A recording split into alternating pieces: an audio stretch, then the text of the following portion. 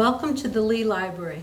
My name is Mary Philpott, and I'm very pleased to introduce you to a special guest, Thaddeus B Kubis, who will take you on a tour of his photographic exhibit at the library. The exhibit is entitled From a Distant Past. Thad Kubis has quite the career. He was trained as a visual communicator and is a photographer, author, teacher, naturalist, and sailor. He may be very familiar to you from his workshops, lectures, and exhibits. Thad's photography has evolved into designing aesthetically pleasing images using traditional photographic tools and newer technologies. His creative vision has resulted in images that elevate all aspects of life to a new level. This allows us to experience a place we might never have been to before, or see details or the beauty of an everyday object or thing. And we may never have noticed that before. So let's begin, and let's have Thad show us some of these images and tell us about some of the stories and technologies behind them. Enjoy the tour. Hi, I'm Thad Kubis. Mary, thank you so much for that wonderful introduction. Even though Mary described me as a photographer, the way I see myself is someone who captures images and uses the medium of photography to share them with you. And hopefully by the end of this tour, you'll get to see the images that I want to share with you today. Thank you. The first series, 3 photographs taken at the Great Sand Dunes National Park in Alamosa, Colorado. The National Park is the only location in the United States where you have such a large and defined presence of traditional sand dunes, more like you would see in a desert than in Colorado. These pictures were taken on the road into the park. It had snowed there a couple days before, so I was using a Leica T, which is a mirrorless digital camera, to play off the snow, the darkness, and the clouds. In the background of the first photo, you'll see there are what look like mountains. Those are actually the mounds of sand dunes. They go up as high as 250 feet off the ground. The center photograph is the distant mountain that is behind the sand dunes, which is more what people in Colorado think of what Colorado looks like, not sand dunes. And the last one is more of a creative look. You'll notice the angle is cocked. I just like the way the angles tend to fall. As a photographer, I prefer to create images than take photographs. So for me, that opens up a doorway on how I want to hold the camera and what kind of technology I wish to use. So the next series of 3 photographs were taken at Monument Valley, Utah. Now I have a distinct love for Monument Valley, Utah, primarily because of the motion picture called Stagecoach. I've always wanted to go, and I was able to go there in January. And I spent 2.5 beautiful days in fairly cold weather, but it was a trip of a lifetime. The first image is of the Buttes. Now that image on the left was taken with a Italian-made 4x5 field camera using film that is called orthochromatic. An orthochromatic film renders gray tones differently than traditional black and white film. So it made that the Buttes much more dense as far as tonality goes, and for me, much more dimensional. The photograph in the middle, the second photograph of the tree, was taken with a Leica monochrome, which is a black and white digital camera, with a 35mm lens, and I used a red filter to darken the sky. Red tends to darken the sky because it eliminates the blue coming on, and since the digital camera is panachromatic, it renders that tone rather than light into dark. And I think the darkness of the sky and the lightness and the highlights of the trees really work quite well together. The next photo is sunrise. So I had to be very, very lucky. I ended up getting a hotel room. I originally had planned to camp, but at 16 degrees below zero during the night, it was too cold. I was able to get a room where when day broke, I had this incredible image of 3 buttes looking almost due east from my hotel room. That image was taken with a unique system called the L16. The L16 is a camera that has 16 lenses, and it's called a compositional camera, meaning that it actually uses the different lenses to compose the photograph technically after you have taken the picture. The last photograph of this series was taken in Guthrie, Oklahoma, And it was also taken with an orthochromatic film, which is why you have a slightly different tonal range than you would with traditional black and white. There is in Guthrie, Oklahoma, a abandoned bus, and it's been a fascinating subject for me the 2 or 3 times I've been to Guthrie. But I did want to photograph it with a 4x5 film camera, which I did, and the end result is what you see on the wall now. So the next series of photographs are actually traditionally photographs that were created using a film system back in 1996. And they're also unique is because these are probably the only remaining prints I have of these images, because in 1999 my studio was destroyed in a fire, and I am sure that these negatives never survived that fire. But on the far right is Portofino. Portofino is up in the left-hand corner of Italy, gorgeous little town. What's unique about that photograph, besides from the composition, is that most of the buildings, the facades, are painted on. So you see what looks like shutters, those are just painted shutters. The image next to that is in a town called Montedigione. Montedigione is a small hilltop just north of Siena and about an hour south of Florence. And it is surrounded by a gorgeous wall. There are maybe a dozen families that live there, one hotel. This is actually the photograph of someone's house. To me, it's almost a magical place to live. I don't know what it looked like on the inside, but I have a feeling it would have fulfilled my dreams. The next image is another shot of Portofino. So Portofino, when you come up from the harbor, you make your way up to this little pathway, it takes you to a spot overlooking, and you've got this incredible shot overlooking all of the northern part of Italy. I like this photograph for a bunch of reasons. One, I had great experience with a wonderful cup of cappuccino in one of those cafes, and since I'm a sailor, I like boats in any case.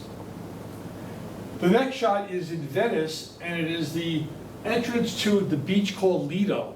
Lido is a beach that is off of the actual main part of Venice and is co-managed by a number of hotels. The only way to get there is by boat. They take you down this beautiful little scenic path. This was taken with, all of these pictures were taken with a Canon camera, a film camera. As I said, they are printed traditionally on a thing called a color C print. So the next 2 photographs are part of my definition of my website, which says I create images, eclectic images from an eclectic world. The top photograph was taken in this very room at the Lee Library, and it was illustrating a course based on light, painting, or painting with light and capturing with photography. It's a fun toy, it's a fun thing to do. You could sit in a dark room and using a variety of different color lights or different color poles or different color, anything that's reflective, literally paint paintings. The most famous light photographic painting was done by Picasso, and if you just Google Picasso light painting, you'll see what I mean. The next image was taken at Grand Central Terminal or Grand Central Station in New York City. I travel weekly into the city to teach a course in visual communications. I always have a camera with me, and it just seemed at this stage of the game that the horizontal design of that photograph sort of worked. So I hope you enjoy that as well. So in addition to being a photographer, I'm also a very active sailor. I hold a U.S. Coast Guard master's license, and I guess about 10 years ago, I was asked to sail a boat from Gibraltar to Rome, and the next 3 photographs are actually from the island of Minorca, which is next to Mallorca. And they were taken on one of the days we were there, and perhaps the most unique thing about Minorca was that when I was there was a sandstorm in on the African continent, and the next morning after these photographs were taken, everything you saw here was covered with red sand from the Sahara. So the photograph of the gondolas is probably the single photograph in my collection that has been reproduced more than any other photograph. This photograph was purchased by a stock photograph company, and they printed 5,000 posters, and I was told they sold every one of them. So it wasn't a bad deal for me. This was taken with a film camera, a Leica M, an M6, in Venice in probably 1999. It is again one of those images that I have no original negative due to the fire. The next series of images are taken in Tuscany. Now, I happen to love Tuscany. Tuscany is one of the few places that I visited that I have a magic attachment to. So the photograph of this roof tiles is literally right outside my hotel window. And I've got a belief in photography that there are images that you can capture everywhere. You just have to be aware that there's something out there. The image of the gateway, I was walking down the street in Siena, which is, again, south of Monteriggioni. Siena is a gorgeous city. It's highlighted in one of the James Bond flicks. But this little gateway just screamed out to me as a photograph to take, and I did. The image of the St. Peter's Basilica is one of my most magical images. I call it God's light for a specific reason. I waited for about 20 minutes until the light was streaming in so that I could capture it and give that to sort of the fingers, the massaging hand of God walking down. The next photograph in this series has to do with a view of Monteriggioni from the field around the castle hilltop city. It's a very typical Tuscan photograph. There's wheat, there's buildings, there's trees, but there's a beautiful composition of the rolling hills, and there's a very nice dancing play of the shadows that I found very, very soothing. So as I mentioned, if you go to my website, you will see it's called Eclectic Images in an Eclectic World. I very, very strongly believe that there are photographs, images to be captured nearly everywhere from dawn till dusk and even afterwards and before.